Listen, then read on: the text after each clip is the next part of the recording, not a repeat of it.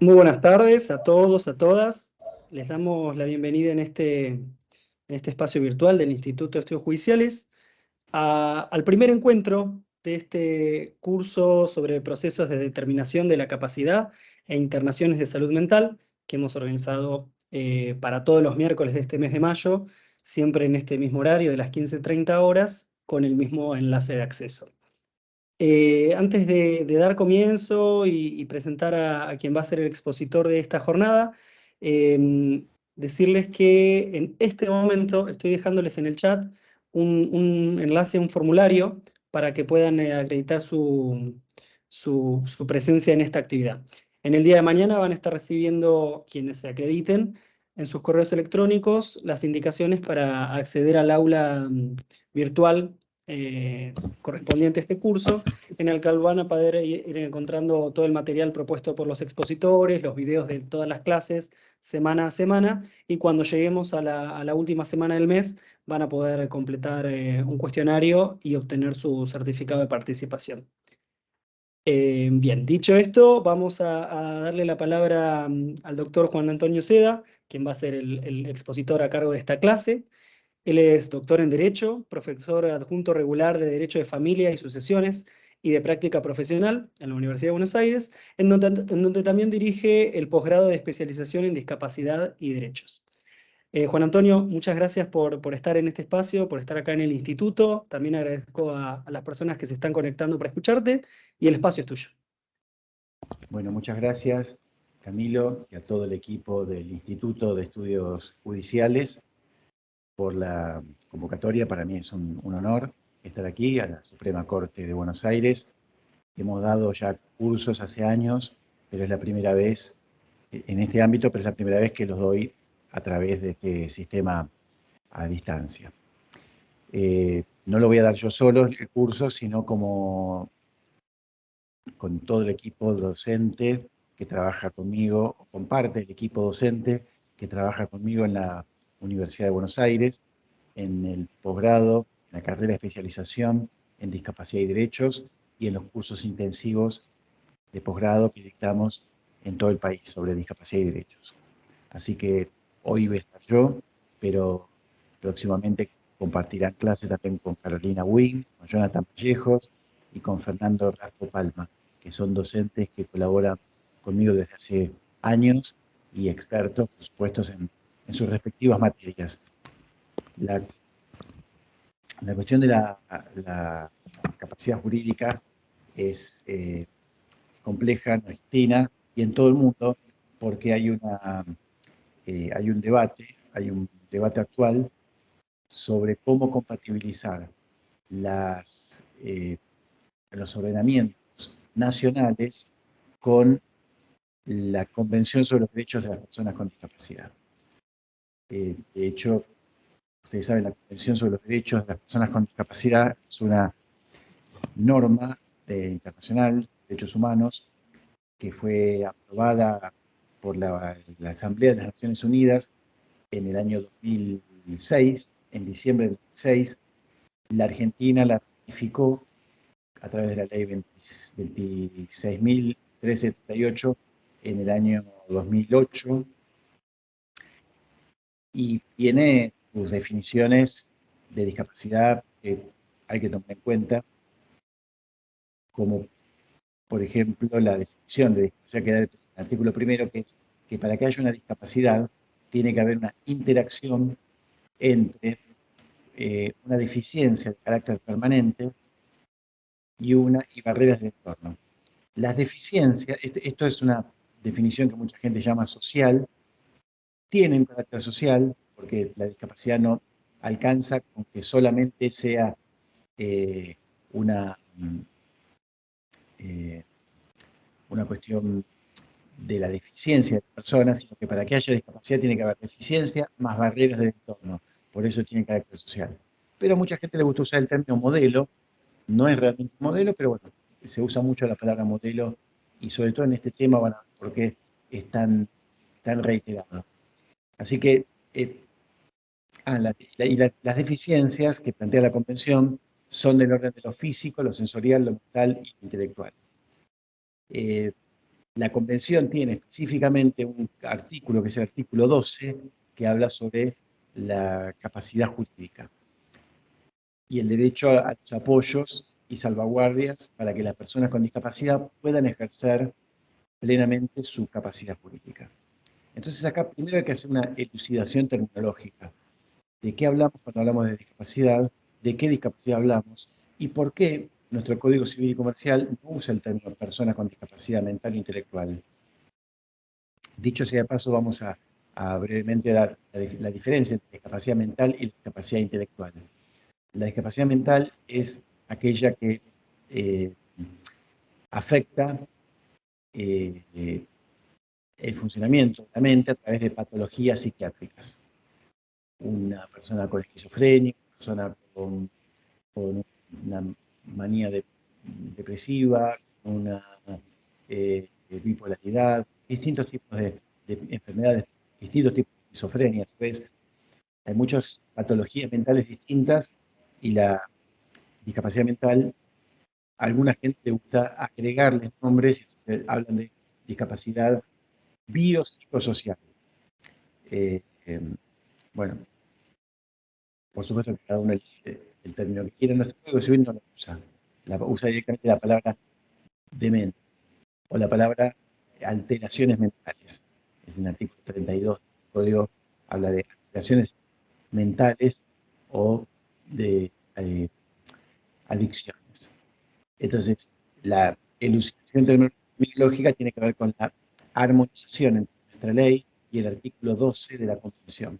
Entonces, saben bien que nuestro Código Civil enfatizó algo que ya se sabía, pero lo enfatiza esta versión de reforma, planteando que una de las fuentes principales para interpretar eh, eh, este Código Civil son, obviamente, la Constitución Nacional y los tratados internacionales de derechos humanos.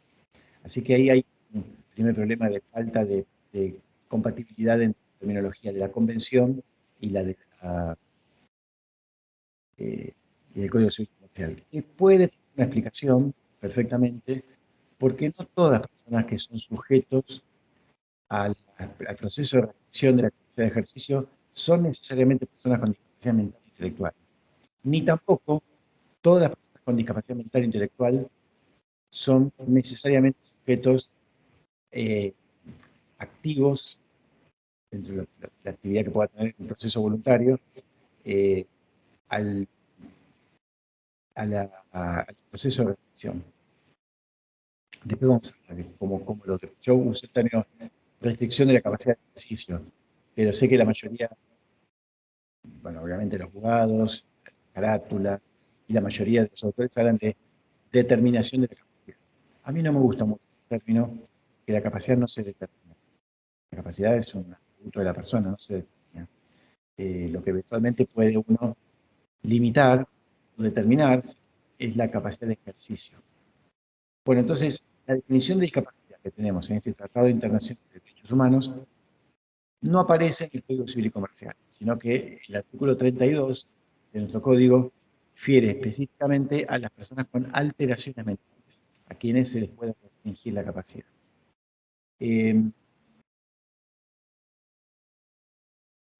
Hay mucho, no voy a meter tanto el debate sobre si hubo un cambio de paradigma, cambio de modelo. Me parece que no, pero es un poco un discurso que acompaña a muchos fundamentos, muchas sentencias se fundan en los cambios de modelo. Y de hecho, en la elevación del proyecto de ley de lo que después fue la ley 2694, la que incorpora el Código Civil y Comercial actual, en esos fundamentos aparece la idea del cambio de paradigma. No sé en qué términos se usa la palabra paradigma, da la impresión de que no es muy claro qué se quiere decir con cambio de paradigma. Es como enfatizar que hay un cambio.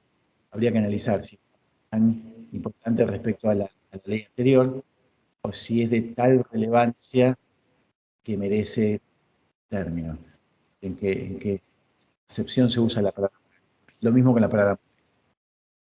Lo cierto es que el primer artículo, el capítulo, en la sección que habla de restricciones a la capacidad de ejercicio, el artículo 31, lo primero que dice es que la capacidad de ejercicio se presume. ¿Qué significa esto? La capacidad jurídica no es que se presume.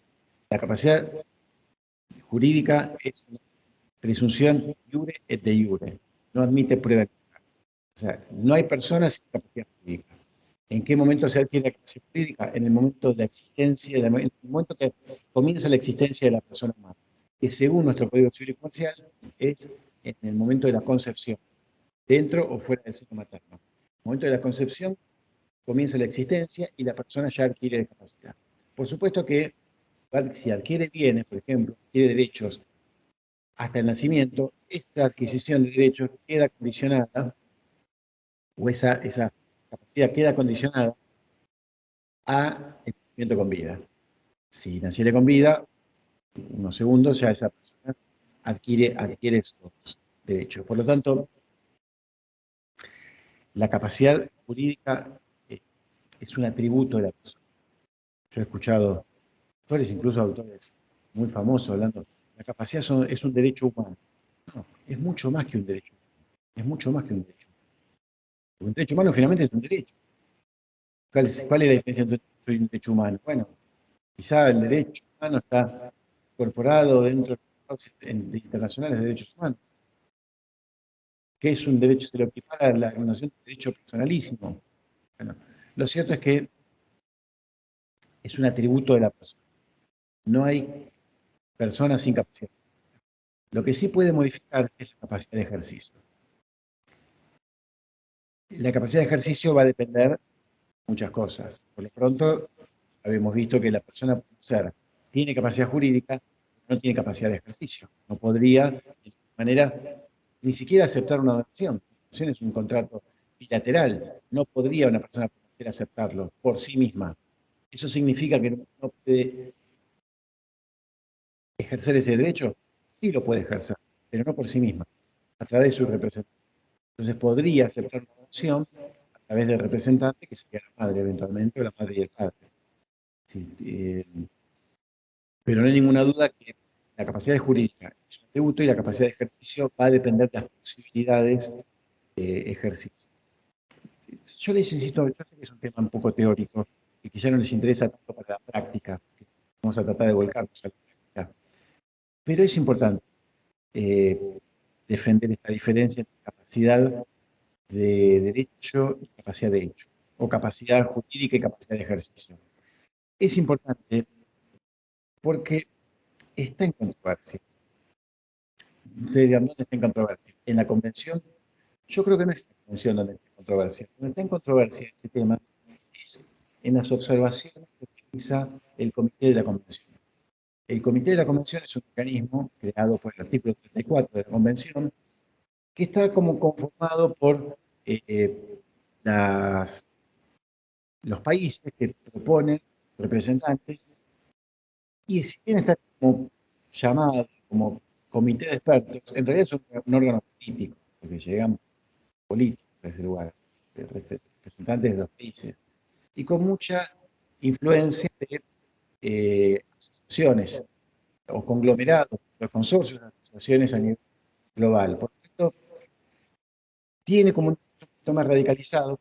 Por ejemplo, en este tema, excede la interpretación de la Convención, es exorbitante de la Convención. Le hace decir a la Convención cosas que la Convención no dice.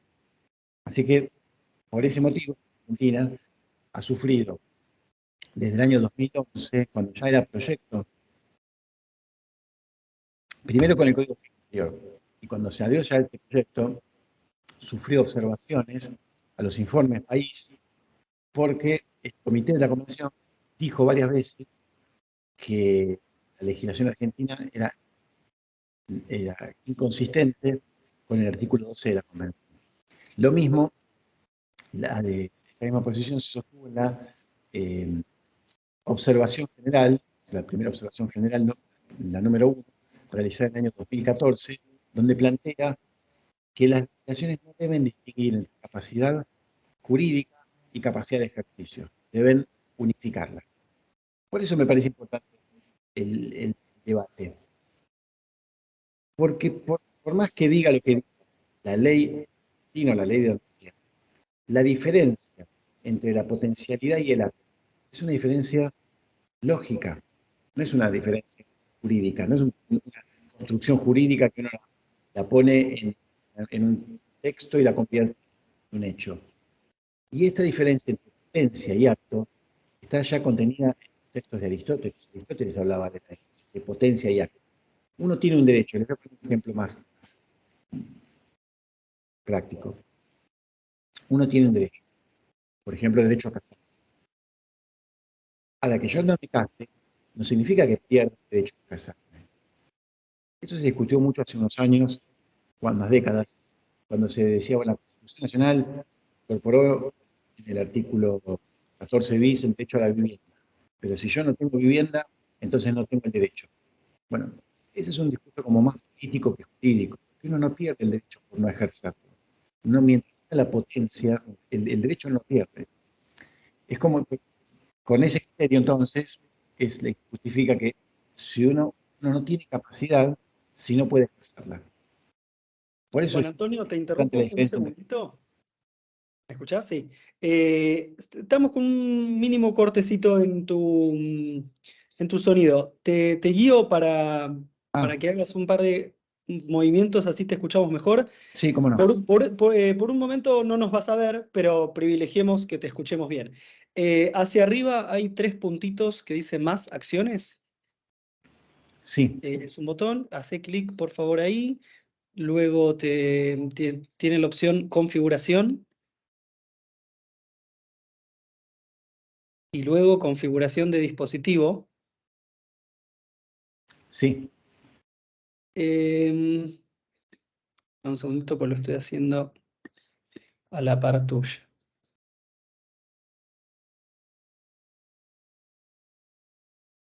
Bien. No, bueno, ahí creo que te estamos recibiendo bien. Cualquier cosa yo te vuelvo a avisar por acá. Acá me dice Realtek, audio. No te preocupes, ahora si noto que vuelve a cortarse un poco el audio, te interrumpo y vemos cómo hacemos. Bueno, cómo no, cómo no. Continúe nomás. Eh, Estábamos entonces con la diferencia entre capacidad de ejercicio y capacidad jurídica. Nuestro código la reconoce y mantiene.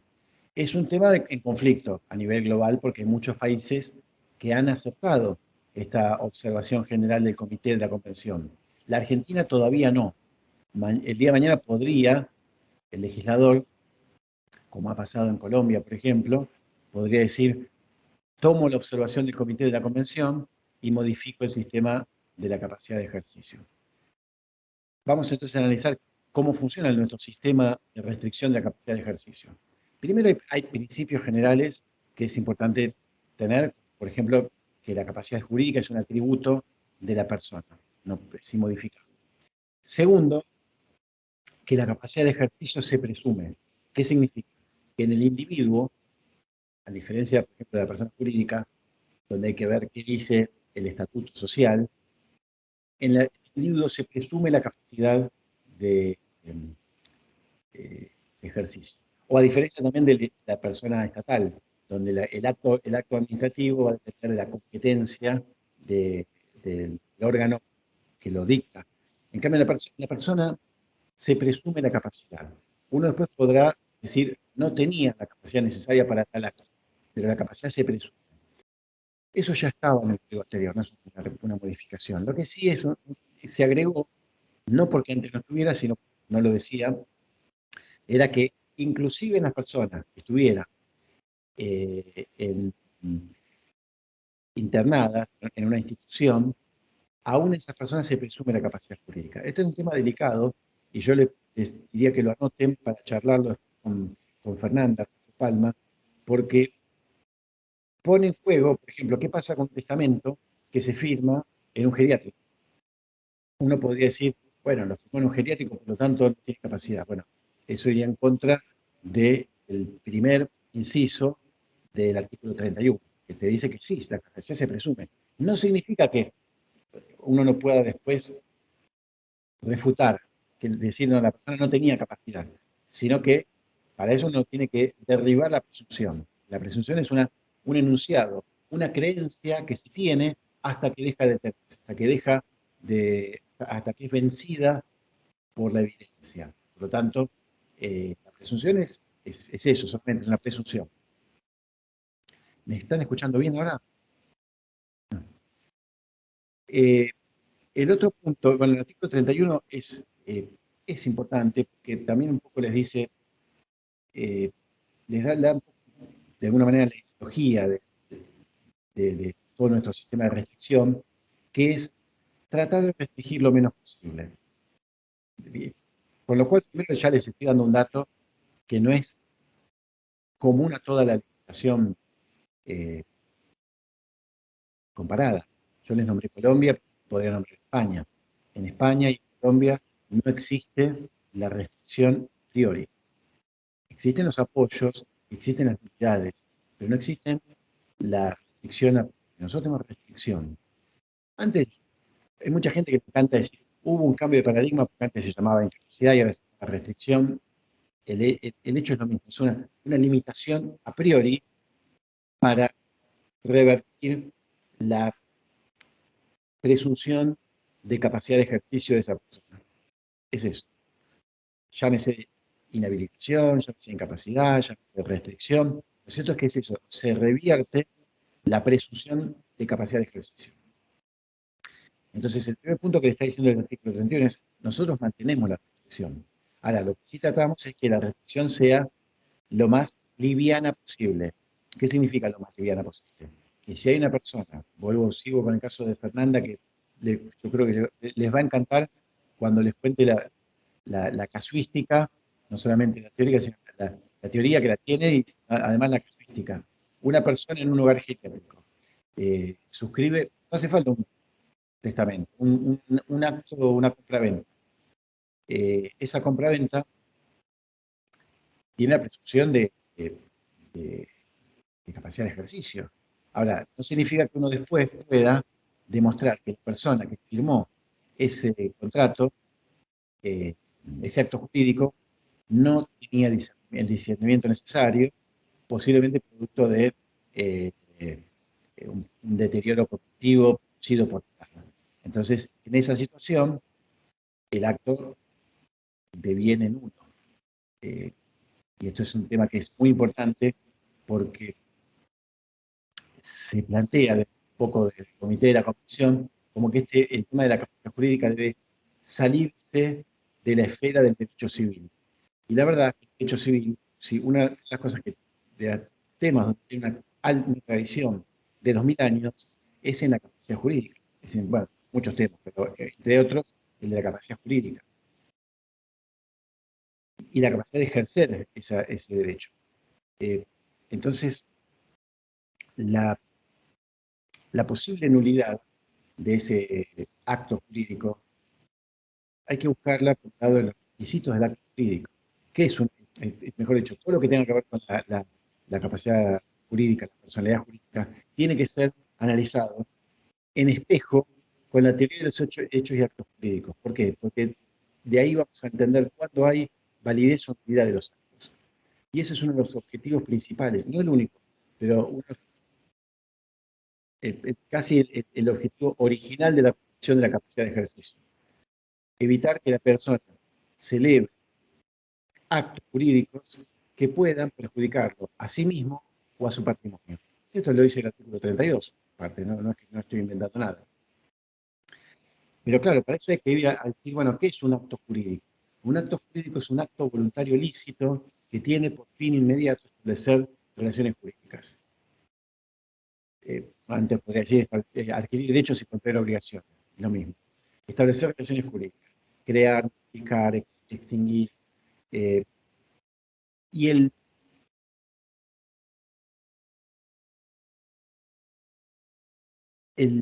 acto voluntario tiene también una definición, que es el acto celebrado con discernimiento, intención y libertad. Claro, el punto que nos vamos a detener acá es el discernimiento. Por eso vuelvo acá a las dos definiciones, un poco nos van a acompañar.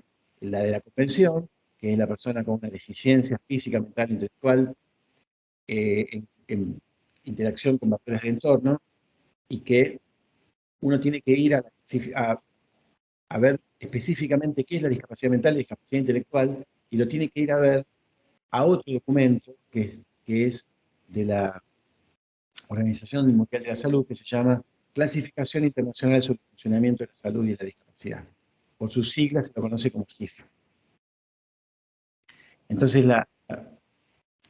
con esa definición de la convención, o con la definición un poco más abierta, genérica, de nuestro Código Civil, que habla de alteraciones mentales, uno dirá, bueno, ¿qué son alteraciones mentales? ¿Qué abarca?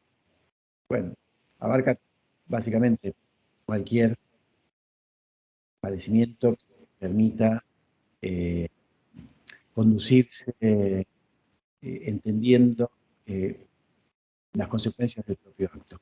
Eso es un poco hay muchas definiciones posibles, pero que tienen que ver con el sentimiento también. Que yo se los digo así tan suelto de cuerpo, pero habría que estudiar qué es realmente el sentimiento. Y cómo se mide, cómo se evalúa. Sé que acá hay psicólogas, así que en algún momento me gustaría también conocer la opinión de ellas, porque uno de los temas que aparece es en el dictamen del equipo interdisciplinario. Posiblemente estas psicólogas y participen en equipos interdisciplinarios, así que va a ser bien interesante conocer sus opiniones. Entonces, el objetivo, el proceso de restricción de la capacidad de ejercicio tiene dos objetivos básicos. Uno, revertir esa presunción de capacidad de ejercicio. Entonces, con el principio que marca el artículo 31, que es restringir lo menos posible, uno sabiendo que una persona puede celebrar un acto que va a perjudicar con su persona o en su patrimonio, lo que hace, restringe ese patrimonio. Les voy a contar el primer caso que me tocó comentar, un fallo de Mar del Plata, que lo dictaminó la directora del organismo de revisión, la revisión instrumental, de la jueza, eh, la,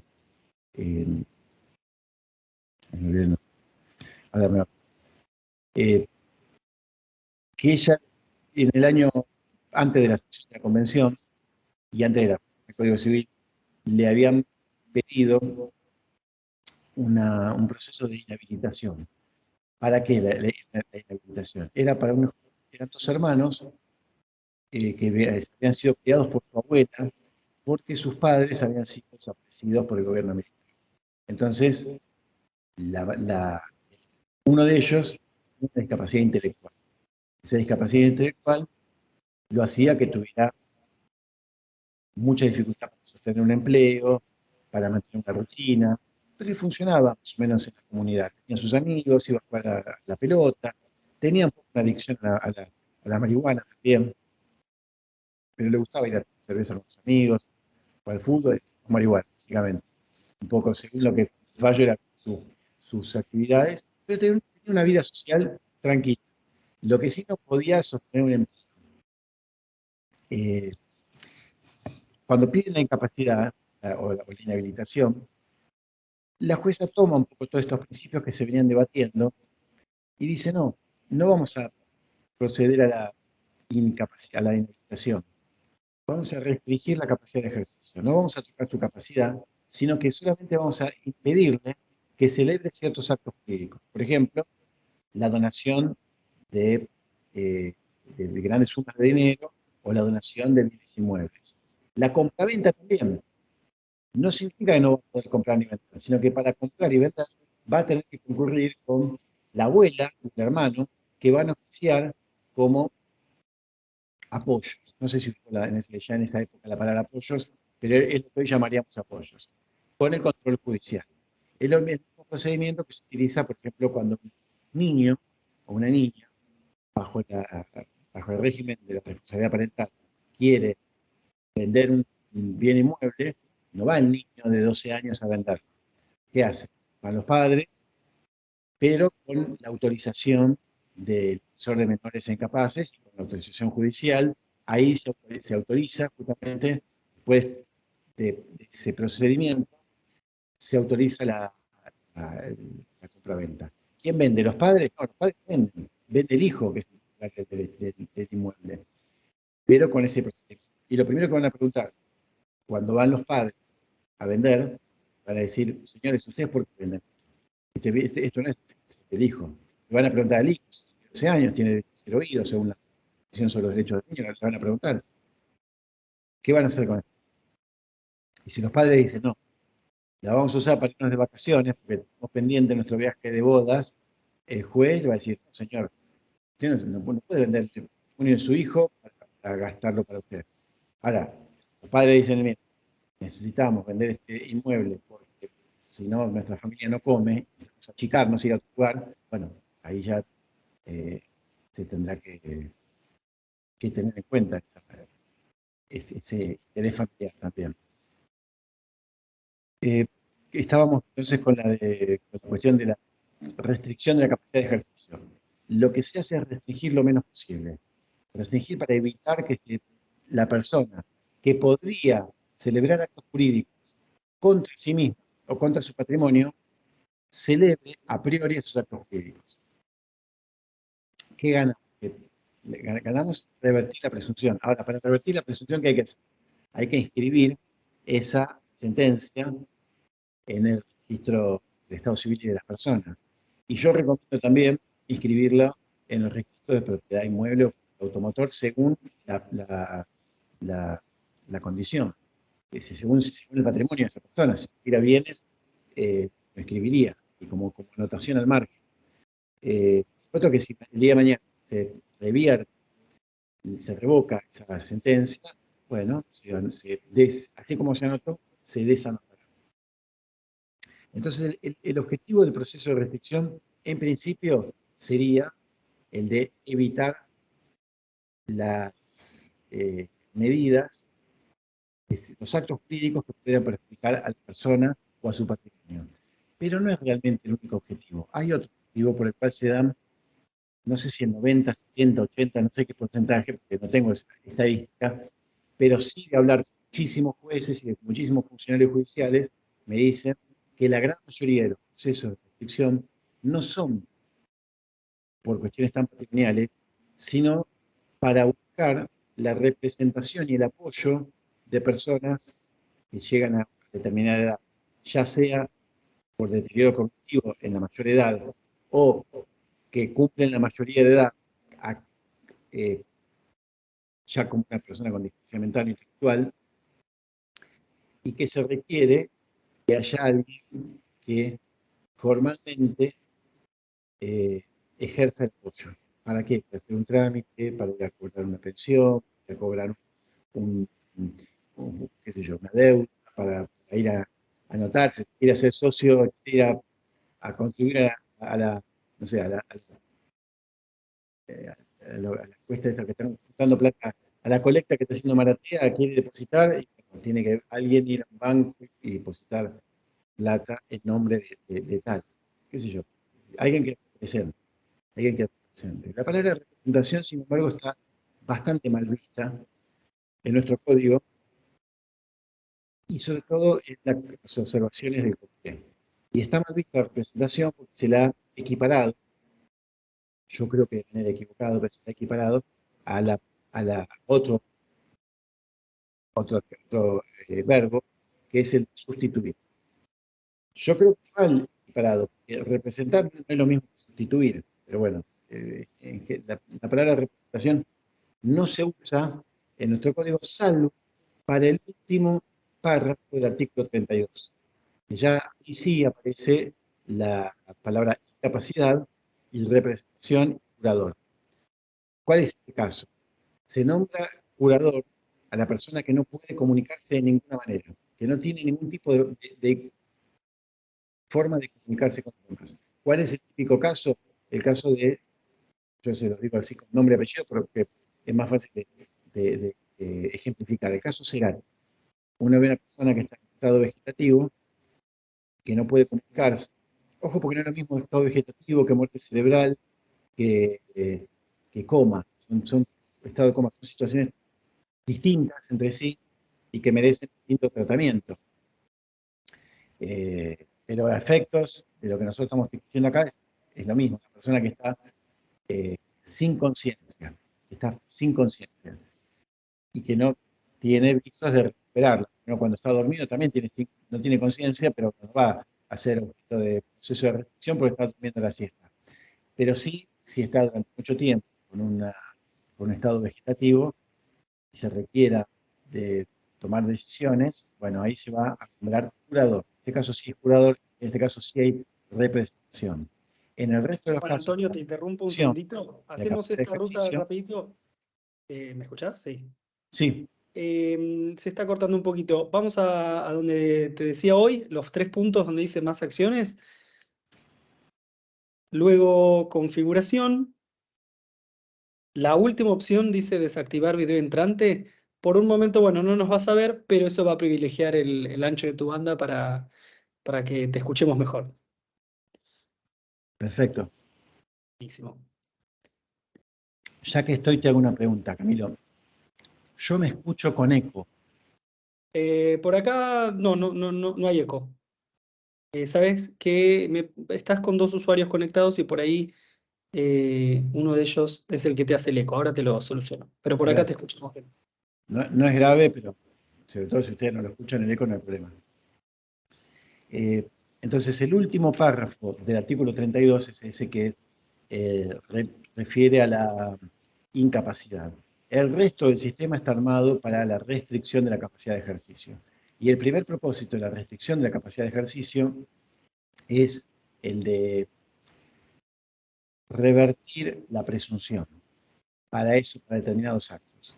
Entonces, si yo tengo sobre las personas físicas, humanas, tengo una presunción de capacidad de ejercicio, cuando hay un fallo, una declaración judicial que la revierte, bueno, se restringe la capacidad de ejercicio para ese acto. Lo cual no significa que esa persona no pueda celebrar ese acto, sino que para celebrarlo va a tener que celebrarlo con los requisitos que le impone el resto del articulado, que tiene que ver con los apoyos y las salvaguardias. Ustedes durante todo este curso van a ver cómo es el procedimiento de, de la restricción y cuáles son los distintos pasos. Yo acá se los voy a sintetizar muy brevemente para que se hagan un panorama de qué estamos hablando cuando hablamos de restricción de la capacidad de ejercicio. Ah, perdón, antes de eso tengo que decir cuál es el segundo punto.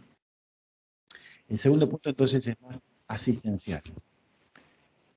¿Quiénes van a ser los que le brinden asistencia a la persona? Este punto trae controversias porque el artículo 12 de la Convención no habla sobre la asistencia, habla sobre la capacidad de ejercicio. Sin embargo, en nuestro código aparecen juntas las dos funciones. La función de la restricción de la capacidad para revertir la presunción de capacidad jurídica de ejercicio y la protección a la persona con discapacidad. En los dos casos hay un punto en común que es el intento de protección de la persona en condición de vulnerabilidad. O sea, nuestro sistema no es un sistema de culpabilización ni de penalización a la persona con discapacidad mental intelectual. Al contrario, lo que se busca es proteger. Por supuesto que en las protecciones puede haber abusos, en las protecciones pueden haber situaciones de, mm, de abuso, de maltrato, puede haber situaciones de eh, aprovechamiento de una posición, aprovechamiento a través de la influencia indebida, puede haber eh, sobreprotección, un caso, un ejemplo, eh, hay madres y padres que no quieren que sus hijos, adultos ya, eh, tengan vínculos sentimentales porque temen que en una relación sexual contraigan una enfermedad o, o se produzca un embarazo no deseado. Y esto, por supuesto, que limita la libertad, eh, el deseo de la persona que quiere tener un vínculo sentimental o un vínculo sexual con alguien, y quizás la sobreprotección a veces de los padres limita eso. Así que ahí es donde hay que encontrar como un punto de equilibrio desde nuestra legislación. El código de la convención, no, mejor dicho, la convención no, el comité de la convención no hablaría de un equilibrio, hablaría que siempre tiene que estarse a favor de la preferencia o el deseo de la persona con discapacidad mental.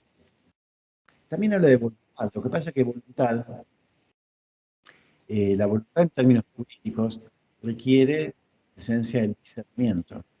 Eh, por lo tanto, uno podría decir que voluntario es un acto sin discernimiento. Así que da toda la impresión de que está de manera, la palabra voluntad está utilizada de manera equívoca, o por lo menos confusa. Por eso también se agrega preferencia y el comité, ¿no? El artículo 12 no dice, no habla de deseos. El artículo 12 habla de derechos, de voluntad y preferencia. La observación del artículo del comité de la convención, el artículo 12, no habla de derechos, sino que habla de voluntad, deseos o preferencias, como criterio para tomar decisiones. Esto es importante para los funcionarios judiciales que a veces tienen que tomar una decisión y tienen que elegir entre el interés de la persona o su deseo. Les voy a poner un ejemplo, este de Mar del Plata, ejemplo de Mar del Plata. El hermano y la abuela querían restringir la capacidad a este joven que iba a recibir una indemnización muy grande por parte del Estado y era un dinero que necesitaba para vivir y para desarrollarse porque le costaba mucho conseguir trabajo. Y el hermano le dijo, ya, le dijo a la jueza, María Graciela Iglesias, ya me acordé. Dice, si mi hermano recibe el dinero en la mano, se lo va a gastar enseguida, en cerveza, marihuana, idas, y él necesita tener una estabilidad económica, y nosotros lo estamos manteniendo a él. Una vez que él recibe dinero, queremos que él invierta correctamente, que tenga una administración prudente de ese dinero, no que lo desgaste, lo gaste enseguida. Entonces ahí aparece una que no pasó, porque la jueza tomó enseguida la determinación de restringirle también la administración del dinero.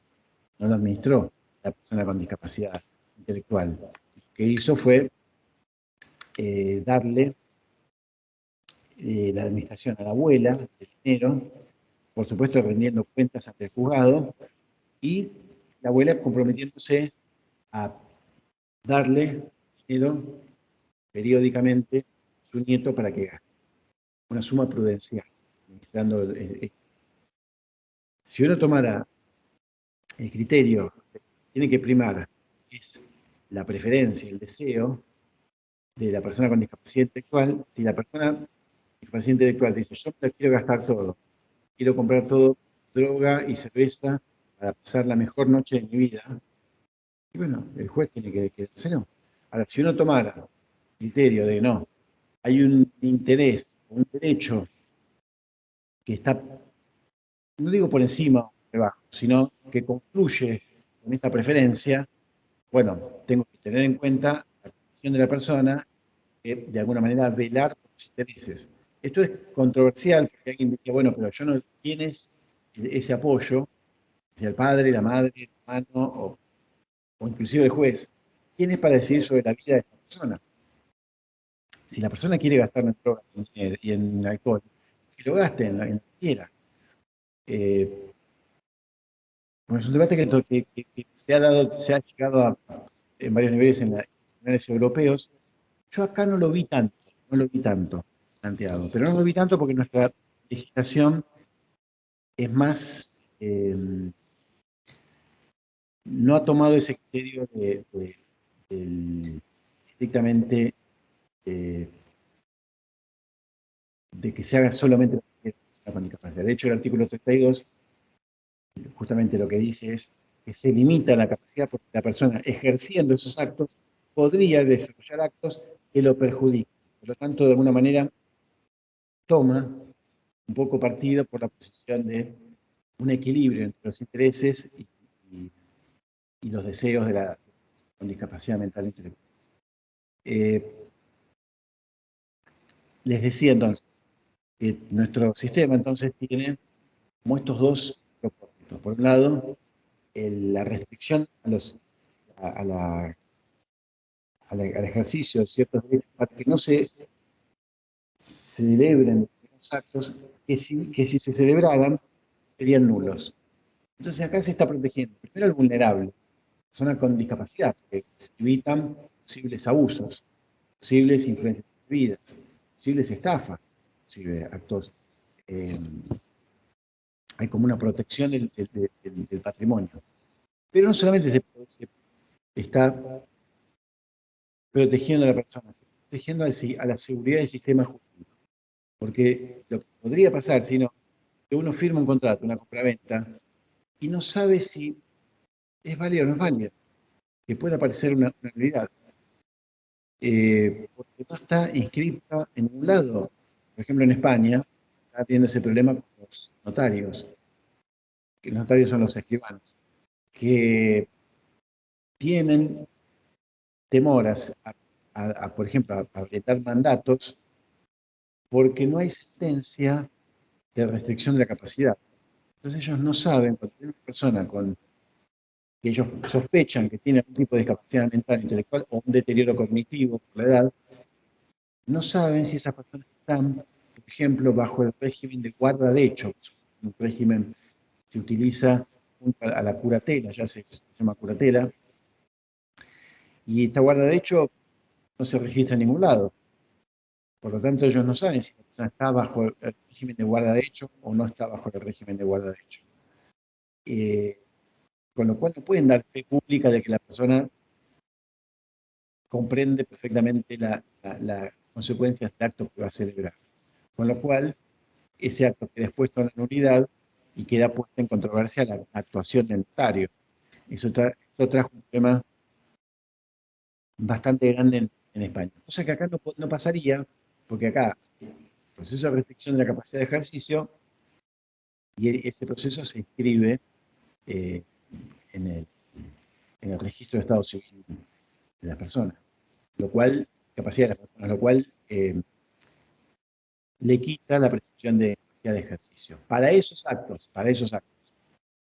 Eh, Aquí también yo tomo mucha distancia de la mayoría de muchos autores y muchos jueces y juezas que los aprecio y todo, pero realmente me hacen sentir vergüenza ajena cuando hablan del tema y me cuentan que sacaron una sentencia donde pusieron que la persona puede elegir la ropa que se va a poner, comer la comida que va a comer, decir que le guste la cancha de fútbol, decir, esas cosas están bien para un jardín de infantes, sobre todo cuando los jueces ponen voz de maestras jardineras como para dulcificar el mensaje. La verdad, los sistemas jurídicos, todo lo que está prohibido está permitido. Por lo tanto, es absurdo que los jueces, para hacerse los humanos insensibles, eh, pongan en sentencia la persona causante, más que causante se usa el término la persona en cuyo interés tramita la causa. Proceso. Pero bueno, yo digo causante, no, pero bueno, o el interesado, si quieren. El interesado puede elegir qué comida, el interesado puede elegir qué ropa ponerse. Eso es absurdo poner todo eso, porque todo lo que no está prohibido está permitido. Aparte, ¿qué significa entonces? Que dice, puede elegir la ropa que se va a poner. ¿Y entonces qué significa? Que si en el listado de cosas que puede hacer no dice, puede mirar internet, entonces como no dice que te autorizan, no puede mirar internet, porque se dan cuenta de lo absurdo es posible, enlistar todas las acciones posibles. Yo creo que lo saben que es posible, pero es un campo, un área donde hay mucha tentación a la demagogia, hay mucha tentación a la demagogia. Y por eso se habla de los modelos, los paradigmas, está es un campo sobrecargado de discurso ideológico. Yo creo que uno puede lograr los mismos resultados utilizando los medios técnicos que nos brinda el Código Civil y Comercial o la Convención sobre el Derecho de las Personas con Discapacidad, sin necesidad de acudir a discusiones tan ideologizadas. se usan en muchas sentencias. Entonces, el proceso cambió, sin duda que cambió. Ustedes lo van a ver y van a analizar casos específicos. Cambió el proceso en la capacidad. No sé si cambió tanto, me parece que ahí hay un poco, también como que algo se repite tanto que al final queda como una verdad. Me acuerdo la otra vez que en un curso en capacidad, un colega, un buen abogado, pero docente, hablando de la constitucionalización del derecho civil, yo le mencionaba distintas instancias del siglo XX donde se había utilizado las convenciones internacionales de derechos humanos para fundar modificaciones en el Código Civil. Por ejemplo, en materia de, por poner solamente un ejemplo, igualdad del hombre y la mujer en el ejercicio de la patria potestad en ese momento. Igualdad entre hijos nacidos dentro del matrimonio y fuera del matrimonio. Bueno, esas dos nociones fueron incorporadas en el año 1985 como producto de la Convención Americana de Derechos Humanos. Son una consecuencia directa de la aplicación de un Tratado Internacional de Derechos Humanos. 1985. Sin hablar de la ley 23.515, que sanciona el divorcio vincular, en el año 1987, que surge como respuesta al fallo Cejean contra Cejean, donde la Corte Suprema de Justicia de la Nación directamente planteó que era inconstitucional que en nuestro sistema matrimonio y divorcio no permitiera la rehabilitación nupcial, que uno no pudiera adquirir la aptitud nupcial. Y utilizó como fundamento la Convención Americana de Derechos Humanos. Bueno, así hay muchos. Y me acuerdo que este alumno, ese colega, era alumno del posgrado, pero ya era un abogado joven, pero docente de la Universidad Nacional, me decía, pero esto es distinto de lo que yo escuché durante 5 años. Pero no importa cuántas veces lo escuchaste, ni quién te lo digo, sino cuál es el peso de la idea, no el argumento, sino cuál es el peso de la idea, si la idea es válida, si el enunciado es válido, y si tiene evidencia que es válida. No quién lo dijo, porque eso es una falacia, la falacia de autoridad, argumento de autoridad, que si lo dijo tal, entonces vale porque lo dijo tal. Y puede ser como un indicio, bueno, si yo respeto a tal autor plantea esto, bueno, lo voy a tomar, pero no lo convierte en verdad en sí mismo. Es un indicio nada más. La, el campo del proceso de restricción de la capacidad, entonces está muy demasiado ideologizado y muy cruzado por una mala argumentación relacionada con el cambio de modelo y paradigma. No hay ningún cambio en el modelo ni el paradigma. Tampoco hay grandes cambios en el proceso. Hay cambios, sí. Creo que son cambios valiosos, pero no son grandes cambios. El cambio por ejemplo, y esto lo van a ver bien con Jonathan o con Carlina, pero vamos a hablar de entrevista personal. Entrevista personal, yo tengo, acá sé que hay varias personas que trabajan en juzgados, no sé si inclusive hay algunos después, habrán escuchado, entonces, esa frase tan emotiva que dice, la persona dejó de ser un expediente y pasó a ser un ser humano. Bueno, creo que ahí hay un hipérbole, un discurso retórico hiperbólico, una exageración. La persona no se convierte en un ser humano por el hecho de que se entreviste con una jueza. ¿Puede ser importante? Sí, y no está mal. Ahora, está bien determinado qué trata, si es una medida de prueba, si es un derecho eh,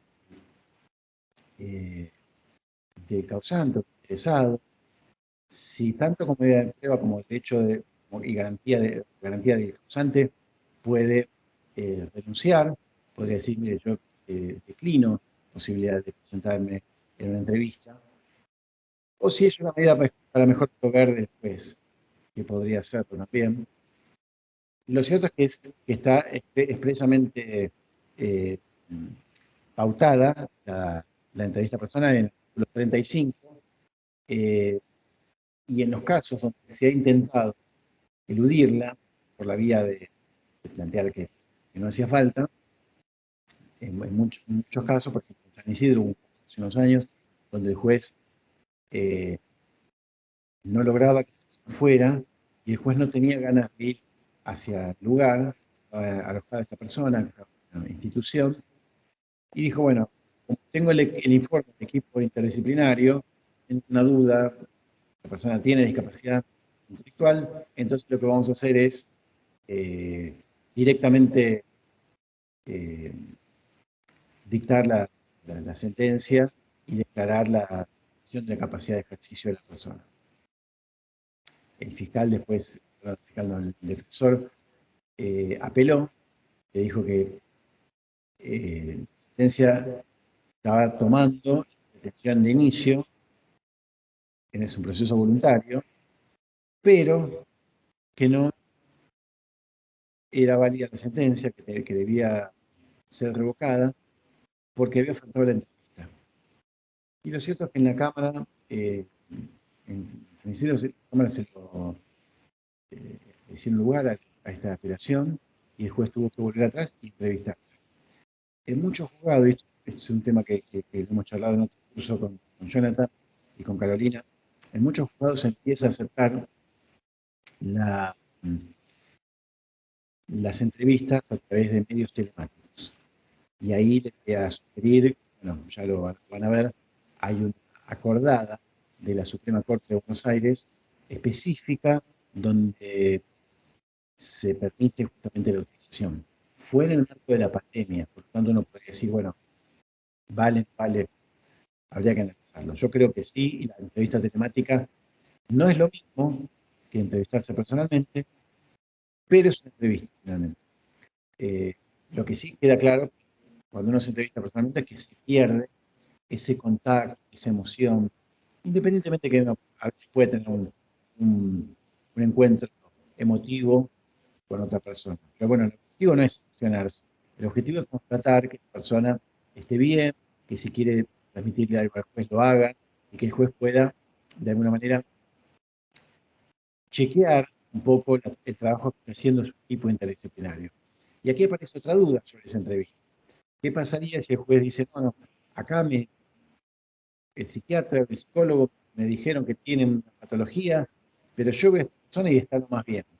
Bueno, ¿tiene el juez o la jueza elementos técnicos, información idónea como para imponer su opinión con respecto al equipo interdisciplinario? Bueno, en términos formales sí, en términos de autoridad sí, porque el que firma las resoluciones es el juez, la sentencia la firma el juez. Aquí está como muy marcado que el juez tiene que requerir el dictamen disciplinario. En Uruguay, por ejemplo, tiene el mismo sistema, mejor dicho, parecido, no es el mismo exactamente, pero le dan al juez o a la jueza la alternativa de consultar a profesionales de su confianza. No dice que tiene que haber dictamen, ni que el dictamen tiene que ser interdisciplinario, necesariamente. El término interdisciplinario, y esto yo creo que va a ser mucho más productivo que lo traten con Jonathan, que tiene mucha experiencia en, digamos, tribunalicia, pero yo de la lectura del término interdisciplinario no deduzco cuáles son esos profesionales. No dice. Dice, bueno, pero ya estaba en la ley 23.607, no sé cómo ley de salud mental. La ley de salud mental tampoco dice. Sí tiene la ley de salud mental. En el inicio tiene un listado de profesionales que pueden actuar, donde hay psicólogos, psiquiatras, trabajadores sociales, terapeutas profesionales, menciona distintas profesiones que influyen en el tratamiento de la salud mental. Pero eso no significa, no dice, cuando habla de equipo interdisciplinario, no dice quién tiene que estar. ¿Qué pasaría si un juez o una jueza dice, bueno, yo voy a formar un equipo interdisciplinario que depende del juzgado, donde haya un terapeuta ocupacional, un trabajador social y un antropólogo? Y no hay ni sociólogo, ni psicólogo, ni psiquiatra. ¿Podría hacerlo? Me parece que es una linda pregunta para charlar. Acá tenemos dos, creo que dos psicólogos, así que seguramente van a tener opinión sobre ese tema. Dicho sea de paso, yo no los veo. Si alguien quiere agregar algo, quiere decir algo, o preguntar, o contestar algo, con todo gusto, levante. No sé cómo, no conozco el sistema pero quiero que participe al Zoom. Si quieren, Está eh, la opción para quien quiera abrir su micrófono y comentar algo, lo haga. Así ahí que está. Gracias, Camilo. Sí, no les había dicho antes, pero por favor siéntanse en la libertad de participar con todo gusto. Les decía entonces que la entrevista es un cambio que no existía y ahora existe y es obligatorio.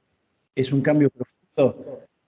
Yo no sé si igual a la profundidad como para decir que hay un cambio de paradigma, porque el juez se entreviste con el interesado, o con el causante. No me da la impresión que podamos decir que hay un cambio de paradigma por la incorporación de ese paso. Tampoco me da la impresión de que hay un cambio de paradigma interdisciplinario. Es un cambio técnico, sin duda, es valioso, es importante. ¿Por qué tiene importancia, sobre todo, la modificación del, del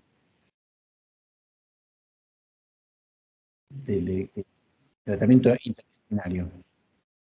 Porque el psiquiatra, saben que antes se iniciaba con el trámite, con el dictamen de dos psiquiatras, y después eventualmente, si el juez tenía ganas y tenía tiempo, tenía alguna duda, podía consultar al cuerpo médico forense, pero no era un proceso donde hubiera tanta intervención de profesionales técnicos evaluando a la persona con discapacidad.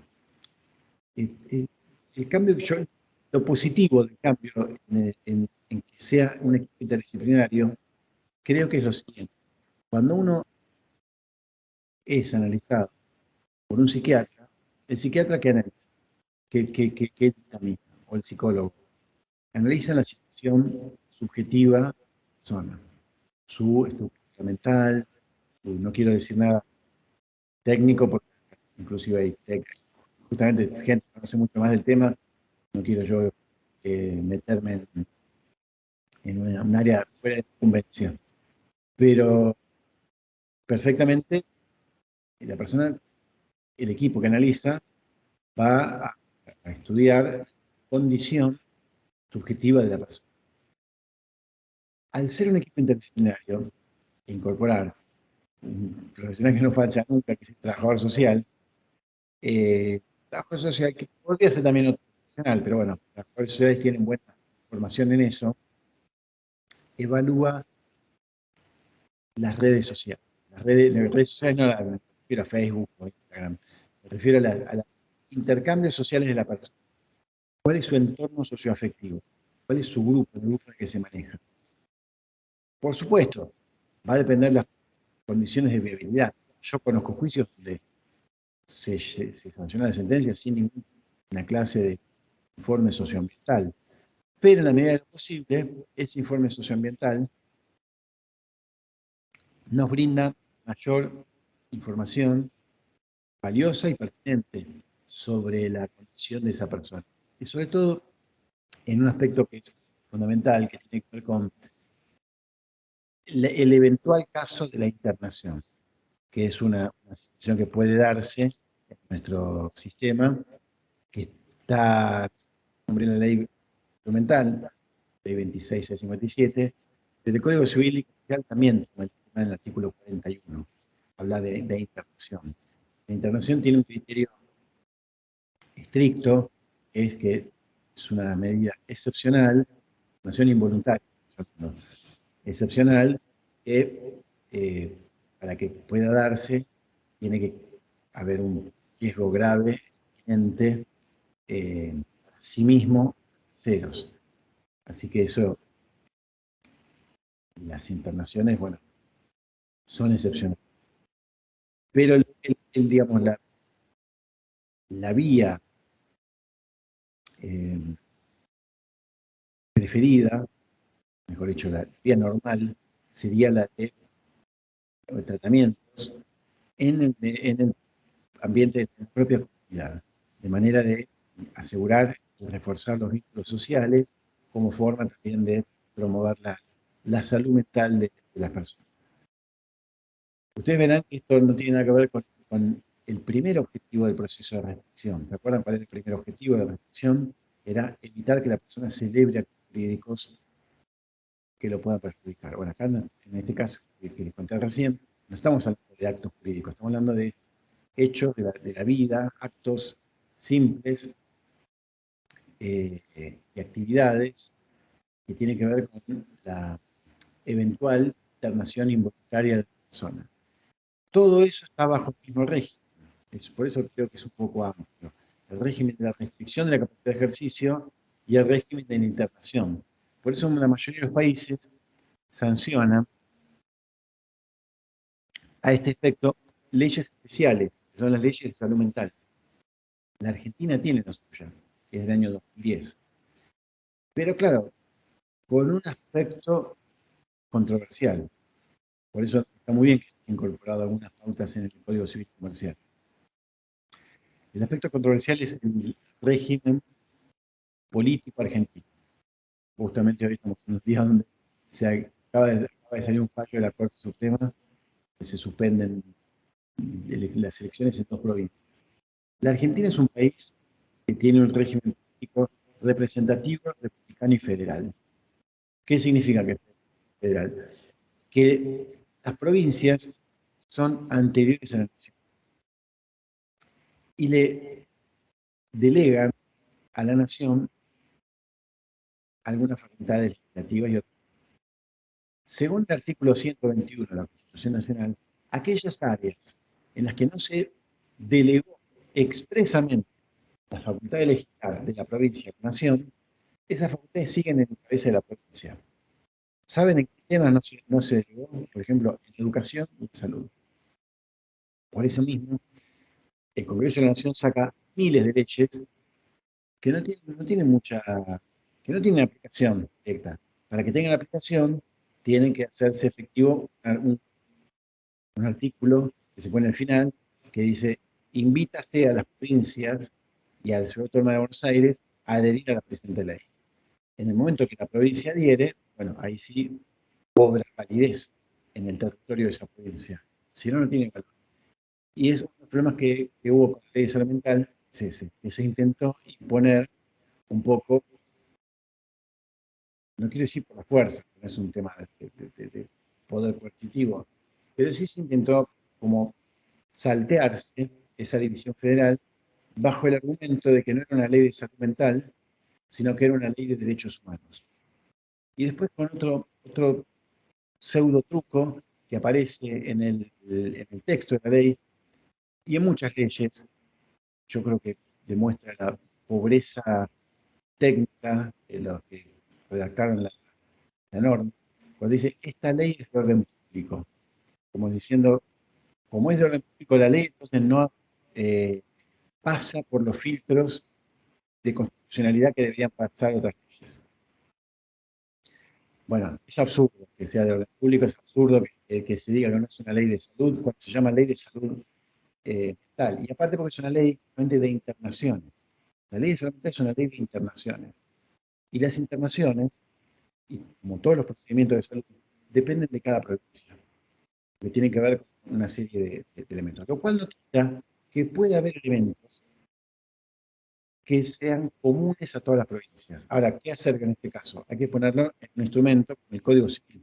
Porque el Código Civil, las provincias sí delegaron en la Nación la facultad de sancionar el Código Civil. Claro, hay que ver que esté en el Código Civil no le da inmunidad total, porque el Código Civil tiene muchas normas que son procesales y que en algún caso uno podría hasta cuestionar las constitucionalidades. Bueno, ¿por qué el Código Civil tiene normas procesales? Antes que nada, les decía, no es un tema nuevo. Yo les nombré hace un rato la ley 23.515 sobre el divorcio vincular, y sí, el matrimonio y el divorcio es un tema del Código Civil. Ahora, ¿cómo tienen que ser las audiencias? Ya es un exceso. Y el 23.515 decía cómo tenía que ser la audiencia de presentación conjunta, por ejemplo. Una cosa que era ya un extremo de detalle. No es no es el único caso en el que el legislador nacional avanza sobre las facultades provinciales. Sin duda acá, en el proceso de restricción de la capacidad, se detallan muchas normas procesales, lo cual nos pone ante el dilema de decir, bueno, ¿qué pasa si hubiera una discordancia entre una norma procesal de la provincia y la norma procesal que surge del Código Civil? Ya sé lo que van a decir la mayoría de ustedes, ¿no? El Código Civil está por encima. No, no está necesariamente por encima. Puede estar por encima dependiendo cuál sea la materia que está legislando. Ese es un tema que van a ver, especialmente, así como decía, con Jonathan, que no sé si llegó, pero si no está, después lo van a conocer, porque él hizo un trabajo colaborando con y les agradezco un montón, un trabajo que pedí, fue buscar 23 códigos civiles, los 23 códigos procesales del país. Así que tiene ese material como para que se puedan divertir con el tema procesal provincial y la comparación provincial. Yo me pregunto qué pasaría si hubiera una discordancia entre la norma procesal del Código Civil y otra norma procesal de la provincia. Les voy a poner un ejemplo. En la mayoría de las provincias, el procedimiento sigue más o menos los lineamientos eh, del Código Civil y Comercial. Pero imagínense que una provincia no dijera nada de la entrevista personal. ¿Hay que hacerlo o no hay que hacerlo? Bueno, imagínense otro caso más complejo todavía, o por lo menos más en disputa. ¿Qué pasaría si hubiera una provincia que determinara que la entrevista es optativa, a pedido del causante? ¿Qué operaría? ¿Qué debería aplicarse? ¿La obligatoriedad de nuestro artículo 35 o la eh, condición alternativa, operativa, optativa de código provincial? No conozco ningún código que diga eso, pero podría decirlo. Sí conozco un código, por ejemplo, ustedes saben que hablamos de apoyos, todo lo que tenga que ver con apoyos está en el artículo 43, que habla del sistema de apoyos, y los apoyos están en el marco del proceso de restricción de capacidad. Se podría designar apoyos a alguien a quien no eh, se le declarara la restricción de ejercicio. Mi primera respuesta es que no. ¿Por qué darle apoyos a alguien que tiene la capacidad plena, que tiene la capacidad de ejercicio de funcionamiento, un adulto mayor que tiene a su disposición, por ejemplo, la figura del contrato del mandato? Si quisiera pedirle a alguien que haga algo, ¿por qué darle el apoyo? Bueno, este fue el caso de un fallo de Gualeguaychú, que nosotros lo tenemos, y pues si quieren se lo podemos pasar también, donde en fallo de Cámara se revocó, a partir de la revisión trienal, se revocó la, la restricción, porque se trataba de una persona que la verdad que nunca debió ser, nunca se le dio restringir la capacidad. De hecho, se le restringió la capacidad solamente a efecto de nombrar un apoyo. Una persona con limitaciones comunicativas, tenía, porque era sorda, entonces necesitaba mucho comunicarse y necesitaba alguien que lo acompañara y que lo apoyara, en brindarle apoyos de asistenciales, pero también apoyos en toma de decisiones. En ese caso, entonces, lo que hizo la justicia de Gualeguaychú, en Soriana, no parece tan lógico. Dice, bueno, revocamos la restricción, pero mantenemos el apoyo. Lo cual nos lleva a pensar que yo al principio lo critiqué el fallo, porque me parece mal. Cuando me lo explicaron un poco más, lo pensé un poco más, dije, bueno, quizá no está tan mal. Y hoy pienso que no está del todo, me parece que no está mal. De hecho, en la reforma que se hizo del Código Procesal, familia, provincia de San Juan, se incorporó la posibilidad de nombrar apoyos a personas sin capacidad restringida. Así que fíjense con cómo está avanzando la noción de proceso de restricción, bien como un proceso asistencial, eh, que yo creo que en la práctica lo termina haciendo. Parece que entonces, volviendo al tema de la división entre facultades de las provincias y facultades de la nación, que hay casos en los cuales las provincias tienen facultades sobre el proceso, pero en este caso, la provincia medio que se extralimitó, porque ya no, cuando dice designar apoyos para personas sin capacidad restringida, tengo la sospecha de que en realidad ya está legislando sobre el fondo, no sobre la forma. De la misma manera que el código, al fijar entrevistas, equipo interdisciplinario y una serie de cuestiones procesales, no está legislando sobre el fondo, sino sobre la forma. Ahora, alguien que ustedes me podría decir con toda razón, bueno, hay situaciones, cuestiones, en las cuales el fondo y la forma se superponen, se solapan.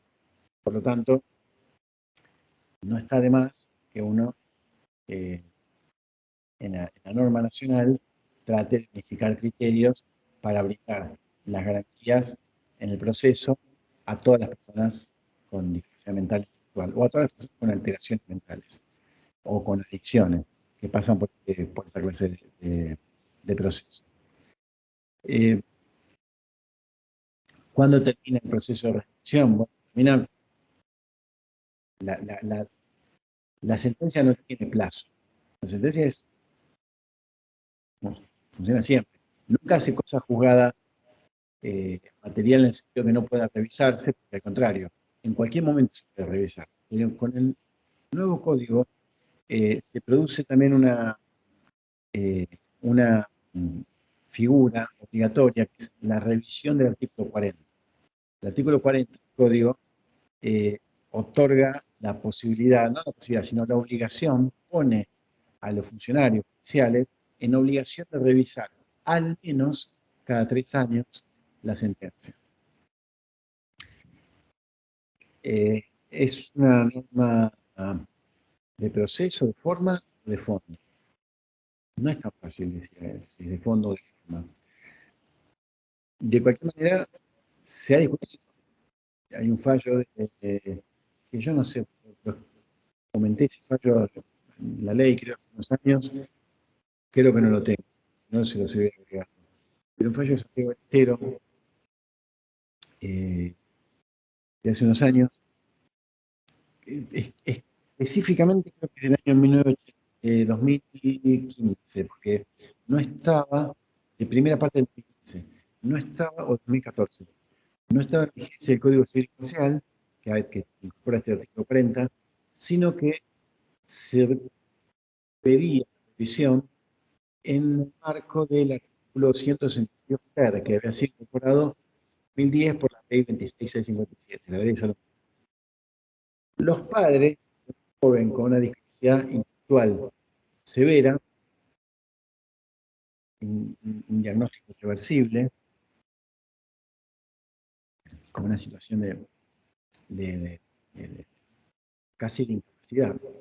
Hay situaciones en las cuales uno está en la duda si es restricción o incapacidad. Personas que se comunican sin poder emitir palabras, se comunican, emiten sonidos, tales o sonidos, pero tienen a veces la vida, son pacientes de alta dependencia. Ahí uno puede decir si estamos frente a un caso del último, del primero, de los primeros 3, o del último párrafo del artículo 32, o sea, si corresponde la restricción o la incapacidad. Lo cierto en cualquier caso, el diagnóstico de esta joven era irreversible y los padres le pidieron al juez, en Santiago del Estero, que los eximiera la obligación de la revisión. Y el argumento era el siguiente: el diagnóstico de nuestra hija es irreversible. Si es irreversible, no hay nada que cambiar. Y nosotros, el sistema de apoyo sigue siendo el mismo. Por lo tanto, es irrazonable hacernos pasar por el mismo proceso, porque la revisión implica realmente pasar por la evaluación interdisciplinaria, por supuesto que la familia tiene que encontrar un abogado, que presentarse en la entrevista personal.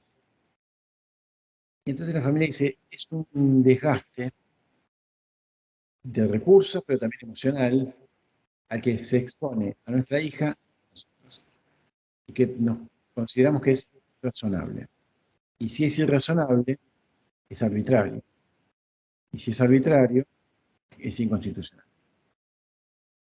Bueno, después de primera instancia dijo, sí, creo que tiene razón, y lo eximió de hacer esta revisión, pero el defensor era una cámara muy fuero, eh, en Santiago del Estero. No en la ciudad capital, sino en una ciudad importante de Santiago del Estero. No sé si era la banda, la verdad que no, es del 2000, hace más de 7 años de ese comentario. Le, le dice que no, que tenía que hacerlo, porque la revisión, según el defensor, es una garantía constitucional. Y que ellos no podían, los padres, en ese tema, hablar con su hija. Y bueno, se revocó el fallo y se obligó a la juez a hacer la revisión, con entrevista y con dictamen disciplinario. Así que ya ven que hay bastantes cosas, bastantes cambios. No, no me animo a decir que son cambios trascendentales, son pequeños cambios que me parece que también modernizan. Me da la impresión de que hay eh, eh, una buena idea al adquirir, mejor dicho, al traer a este proceso a profesionales no solamente de la psiquiatría, sino de la psicología, o social, o de la psicopedagogía, de distintas áreas que tienen algo para decir sobre este tema, sin creernos que la interdisciplina en sí misma nos va a salvar. A veces también hay como un exceso de confianza en la interdisciplina, como diciendo, bueno, el equipo interdisciplinario lo va a resolver. Y bueno, también límites, porque finalmente hay decisiones que son jurídicas. Por ejemplo, la falta de discernimiento. ¿Qué dice si una persona tiene o no tiene discernimiento? O sea, si tiene madurez es suficiente como para entender las consecuencias de algo. Les pongo el ejemplo del el artículo 305 del Código Civil y Comercial pone los impedimentos directamente para contraer matrimonio. ¿Qué significan los impedimentos? Digamos, las prohibiciones. ¿Cuáles son los casos en los cuales uno no puede celebrar válidamente el acto jurídico? Bueno, habla de todos los incisos, bueno, consanguinidad, afinidad, matrimonio preexistente, creo que es ligamento, impedimento por la edad. Pero hay un impedimento en el inciso G, que es la falta permanente o transitoria de la razón. Falta permanente o transitoria de la razón, que impida entender las consecuencias del acto.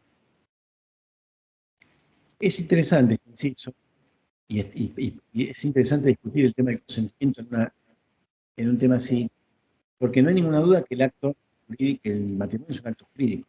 Después está en discusión si es un contrato o no.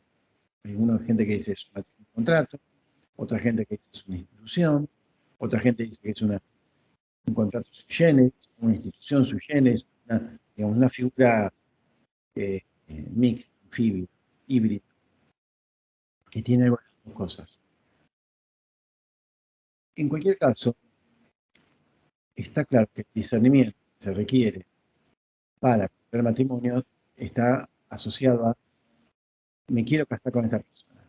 Me gusta, me atrae, quiero compartir mi vida con esta persona.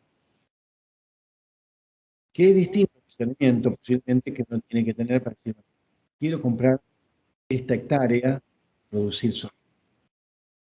Esta hectárea que es algo para criar ganado. Son actos jurídicos de naturaleza, negocios jurídicos. Eh, la distinción entre actos jurídicos, en realidad el negocio no, es lo que nosotros llamamos acto. En la doctrina italiana se hablaba más de negocios jurídicos.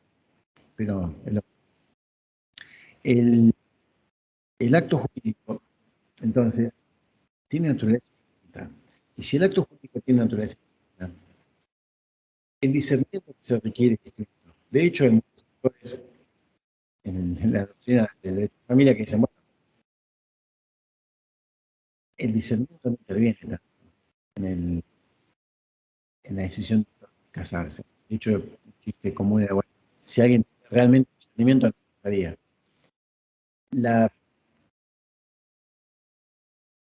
La humorada en realidad tiene un contenido un poco real. Uno no se casa por cálculo. Uno no sabe qué va a pasar en el matrimonio. Se hace una idea. Uno no puede saber qué va a pasar con el matrimonio. De la misma manera que tampoco puede saber qué va a pasar cuando compra un campo de soja. Uno tiene una probabilidad de que suceda tal cosa, pero no sabe si viene una sequía, si viene, no sé, eh, o un tormenta, un granizo, o si le toman los terrenos, qué sé yo. Puede pasar, tantas cosas pueden pasar que modifican lo que uno pensaba que iba a suceder. Y mucho más en el matrimonio donde hay una interacción con otras personas. Por eso, nuestro Código Civil Comercial lo resuelve bien eso. En el artículo 3, dos artículos después, en el 307, porque dice, bueno, en los casos en los que hubiera un impedimento, los planteados en el inciso G, el juez podrá convocar a los contrayentes con sus apoyos eventualmente y previo dictamen disciplinario, en esa entrevista podrá evaluar si los contrayentes tienen una idea básica de qué significa el contrato. No les pide que sepan cuestiones complejas como cuál es el régimen patrimonial del patrimonio, o cuestiones sobre patrimonio, sobre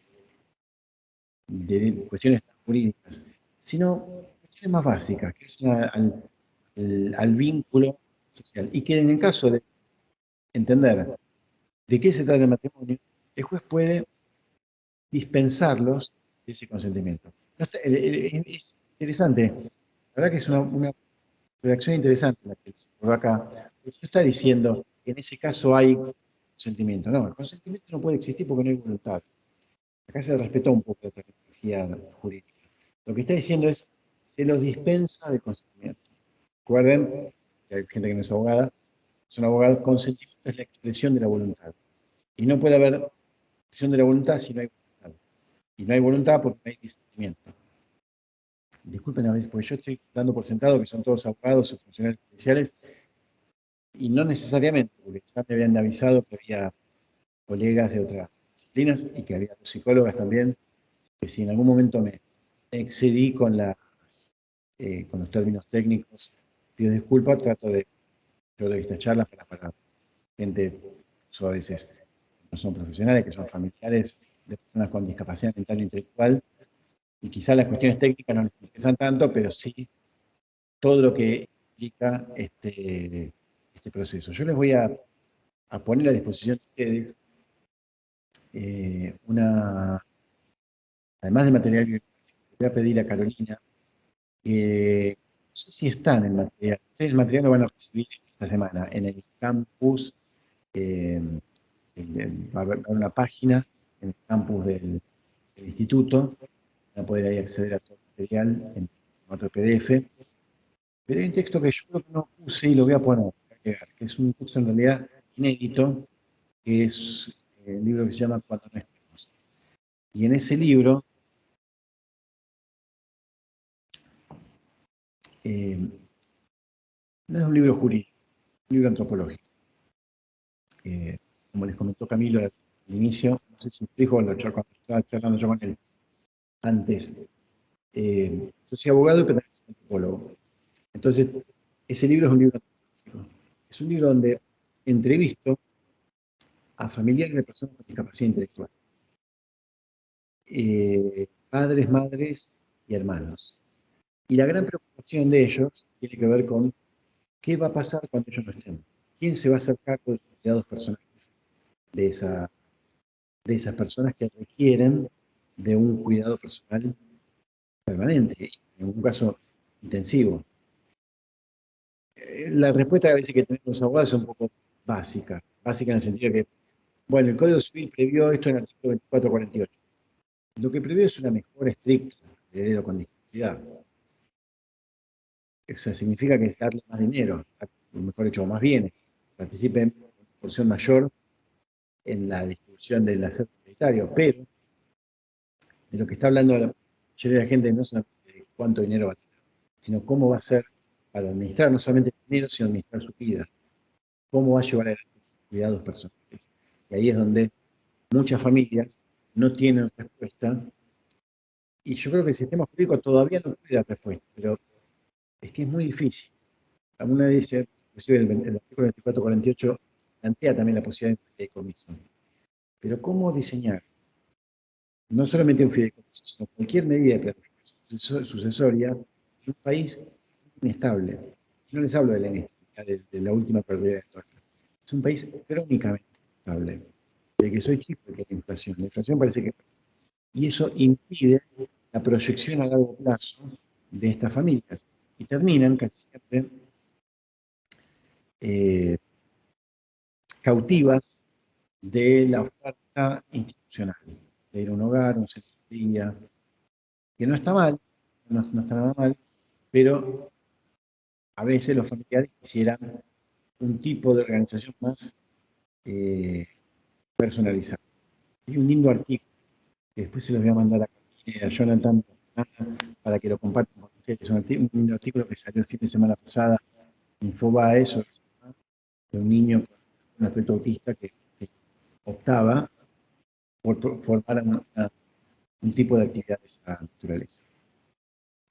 Bueno, ya vamos llegando a la hora y quiero dejar un ratito para, si ustedes quieren decir algo, agregar algo, comentar.